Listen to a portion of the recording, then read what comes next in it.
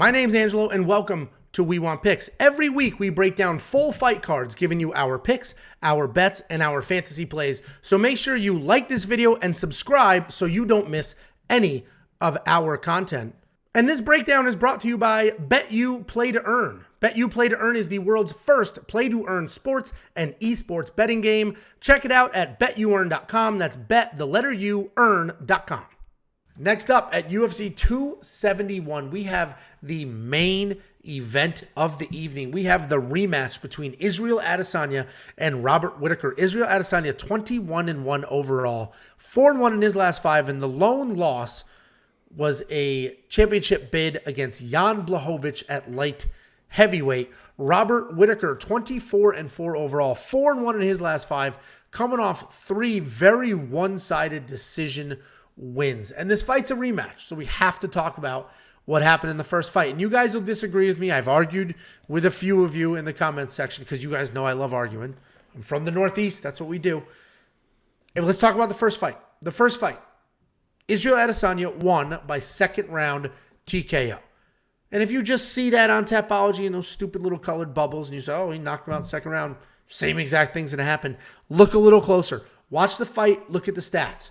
Basically, Robert Whittaker in the first round comes charging forward. Every exchange was Robert charging forward. He would duck down, throw big, come up to the top, then back up, circle out, do it again. He was charging in, he was dictating, and Israel was sort of a step behind, if you will, at least in the early exchanges. Robert Whittaker in 90% of the first round was dictating the pace, was landing the cleaner, heavier shots.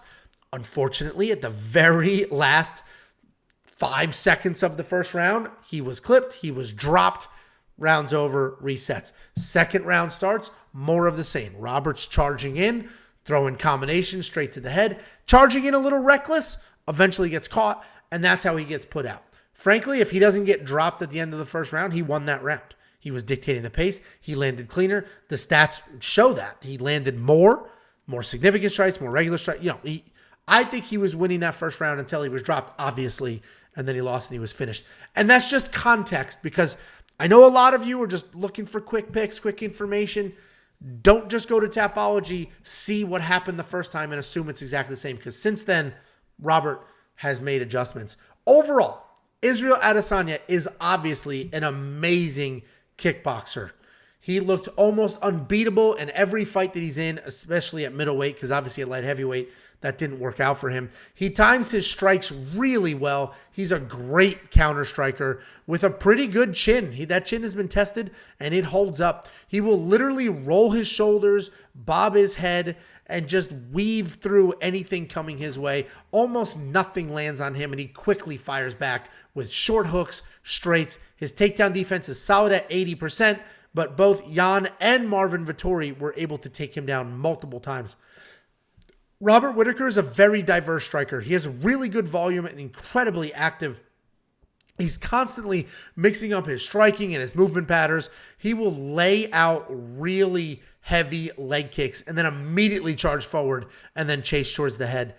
After the loss to Izzy, Robert took almost a year off. He reset, and when he came back, he looked like a different fighter, and he completely dismantled Darren Till, Jared Cannonier, and Kelvin Gastelum. And what's interesting about those fights is while Robert kept his aggressive striking, he did seem more measured, and he absolutely worked in more takedowns. In his first 14 UFC fights, Robert Whittaker had 4 takedowns total. In his last 3 fights, he's had 6. And why that matters is Robert Whittaker told the entire world. He said, Jan Blachowicz showed everybody how you beat Israel Adesanya. That's how you beat him. And that's what I'm going to do.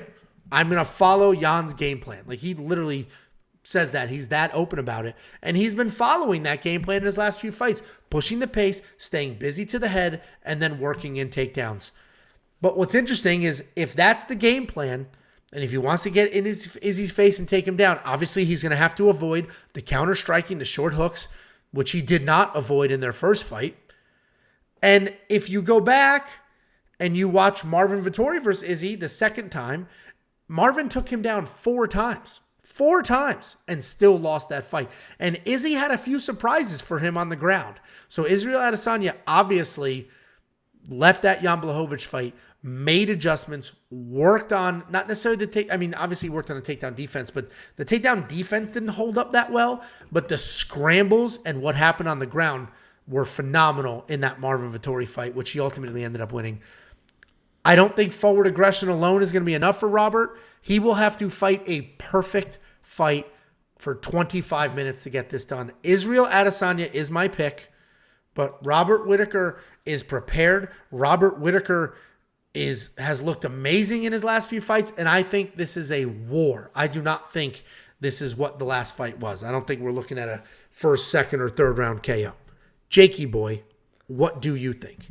Yeah, let me preface this by saying I am a huge Bobby Knuckles guy. I have nothing against Izzy. I like Izzy as well, but Bobby Knuckles, man, is my guy. I love that dude. He's one of the nicest dudes in the entire world. And you could tell he is refreshed. You mentioned the time off. He took that time off and really reset himself mentally. And you could tell he just absolutely loves the sport again. Even in the embeddeds this week, he's hanging out with his dad in his hotel room. He's a big video game guy, so he's just saying, yeah, I gotta go train. He's like, I gotta go train so I can get back to my video games. You know, he's just a super casual, laid-back dude, but I don't think he needs the wrestling.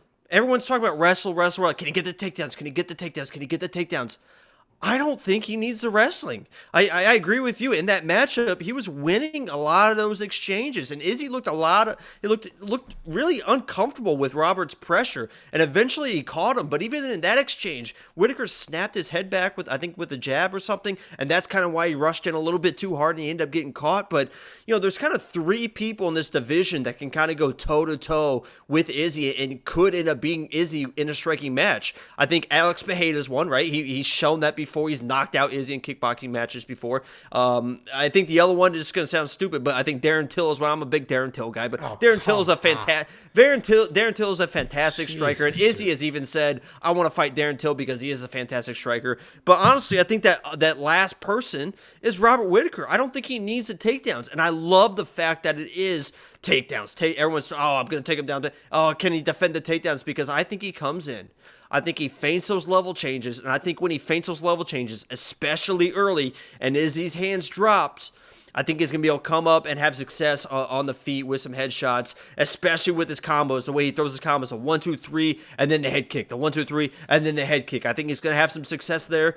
I think he gets it done. I think for Robert Whittaker to win this fight, he needs to treat this like a 2.5 or 3 round fight, because if this starts extending and he's not be able to get the takedowns and he's finding his range, nobody's going to beat Izzy in a 5-round kickboxing match. He's just too good. He's too skilled. He finds his range, and he gets the job done. But Whittaker, if you treat this like a 2.5, 3-round fight, and you just blitz in, and you get in the pocket, you fake those takedowns. If you can get them, great. But fake those takedowns, come up top, really lay into your shots, and treat this like a short fight and try to get out there with a victory. I honestly think that he can. I'm biased, so I think the safe pick is probably Izzy in this matchup. But I think Whittaker gets it done late second round. I think he finds the shot and is able to put Izzy away. We'll see if he's the first person to put Izzy away since Alex Pereira in the kickboxing days. But I think if anyone can do it, it's Bobby Knuckles, baby. Let's go, Bobby Knuckles. I'm rooting for him all the way, and I'm going to pick him to win the fight. I mean, people hated me in the comments when I said, if you remove the knockdown, which I know is absurd, but if you remove the knockdown, I thought Robert Whittaker won that first round. He's such a dynamic striker, man. He's such a dynamic striker. Yeah, rewatch that fight. Knowing that Robert Whittaker loses, rewatch that first fight. Obviously he loses and by stoppage, which is very definitive. But that first round, man, Bobby looked good. And if he avoids that, if he can somehow master the forward pressure while avoiding some of the big strikes back, then yeah, he could absolutely win that fight. I'm picking Izzy to win.